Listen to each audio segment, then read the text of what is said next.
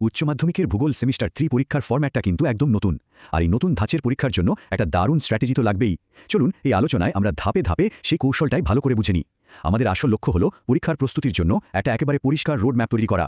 প্রথমেই একটা খুব জরুরি কথা, এই যে লাইনটা দেখছেন, সাজেশন ফলো করে কেউ পাস করতে পারবে না, এটা কিন্তু একদম সত্যি।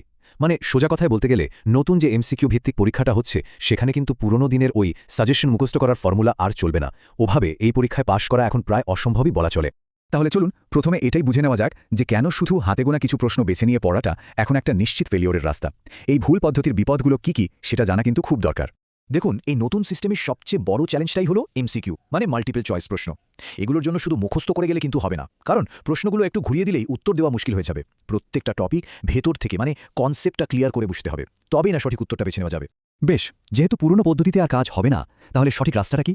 চলুন এবার আমরা সেই নতুন স্ট্র্যাটেজি নিয়ে কথা বলি, যা এই পরীক্ষায় সাফল্য এনে দিতে পারে।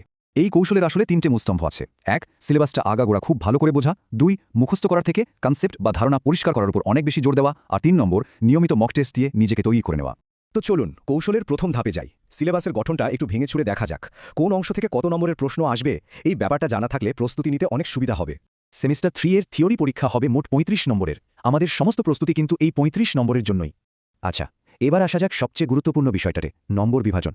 এই যে দেখুন, প্রাকৃতিক ভূগোল বা ফিজিক্যাল জিওগ্রাফি থেকে আসছে পুরো 15 নম্বর। এটাই কিন্তু সবচেয়ে বড় অংশ। আর তারপর মানবীয় ভূগোল আর ভারতের ভূগোল, এই দুটো থেকে আসছে 10-10 করে। তো বুঝতেই পারছেন, এই হিসাবটা মাথায় রেখে কিন্তু পড়ার সময়টা ভাগ করে নিতে হবে। এবার আমরা কৌশলের সবথেকে জরুরি অংশে চলে এসেছে। একটা কথা মাথায় রাখতে হবে, সিলেবাসের সব টপিক কিন্তু একইভাবে পড়লে চলবে না। কোনগুলো খুব ভালো করে বুঝতে হবে আর কোনগুলো স্রেফ তথ্য হিসেবে মনে রাখলেই চলবে, এই দুটোকে আলাদা করে নেওয়াটা কিন্তু ভীষণ জরুরি। যেমন ধরুন, প্রাকৃতিক ভূগোলের কথা, মহিসঞ্চারণ তত্ত্ব বা ঘূর্ণিভবন কিভাবে হয়, এই জিনিসগুলো না বুঝে পড়লে উত্তর করা খুবই কঠিন। অন্যদিকে বিভিন্ন ভূমিরূপের নাম বা খাদ্য শৃঙ্খলের পর্যায়গুলো, এগুলো আগে বুঝতে হবে, তারপর মনে রাখতে হবে। মানে আসল কথা হলো আগে বোঝা, তারপর মুখস্থ করা। একই স্ট্র্যাটেজি কিন্তু মানবীয় ভূগোলের বেলাতেও। জন্মহার, মৃত্যুহার বা মাইগ্রেশন, কিভাবে জনসংখ্যা বাড়ায় বা কমায় সেটা বুঝতে হবে। গ্রামীণ আর শহরের বসতির সমস্যাগুলো কি সেটাও একটা কনসেপচুয়াল ব্যাপার। কিন্তু কোন শহর কি কাজের জন্য বিখ্যাত, তার যে শ্রেণীবিভাগটা আছে, ওটা মূলত তথ্য, যেটা মুখস্থ করতে হবে। ভারতের ভূগোলের ক্ষেত্রেও দেখুন, জল সম্পদ ম্যানেজমেন্ট বা বাণিজ্যের কনসেপ্টগুলো খুব ভালো করে বুঝতে হবে। কিন্তু কোন রাজ্যে কি খনিজ পাওয়া যায়, বিভিন্ন কৃষি বিপ্লবের নাম কি, বা কোন রাস্তা কোথা দিয়ে গেছে, এই তথ্যগুলো তো মুখস্থই করতে হবে। এই স্লাইডটা কিন্তু খুব সুন্দরভাবে সেই ভাগটা দেখিয়ে দিচ্ছে। নতুন বা সংশোধিত সিলেবাস নিয়ে অনেকেই হয়তো একটু টেনশনে আছেন, কিন্তু সত্যি বলতে ভয়ের কিছু নেই। মূল কাঠামোটা একই আছে, শুধু বাণিজ্যের মতো কিছু টপিকে WTO এর ভূমিকাটা আর একটু বিস্তারিতভাবে যোগ করা হয়েছে, যেটা আসলে প্রস্তুতির জন্য আরও ভালো। বেশ, স্ট্র্যাটেজি আর সিলেবাস তো বোঝা গেল, কিন্তু এই প্রস্তুতিটা নেওয়া হবে কি দিয়ে? চলুন এবার দেখিনি কোন বইগুলো পড়লে সবচেয়ে বেশি কাজে দেবে।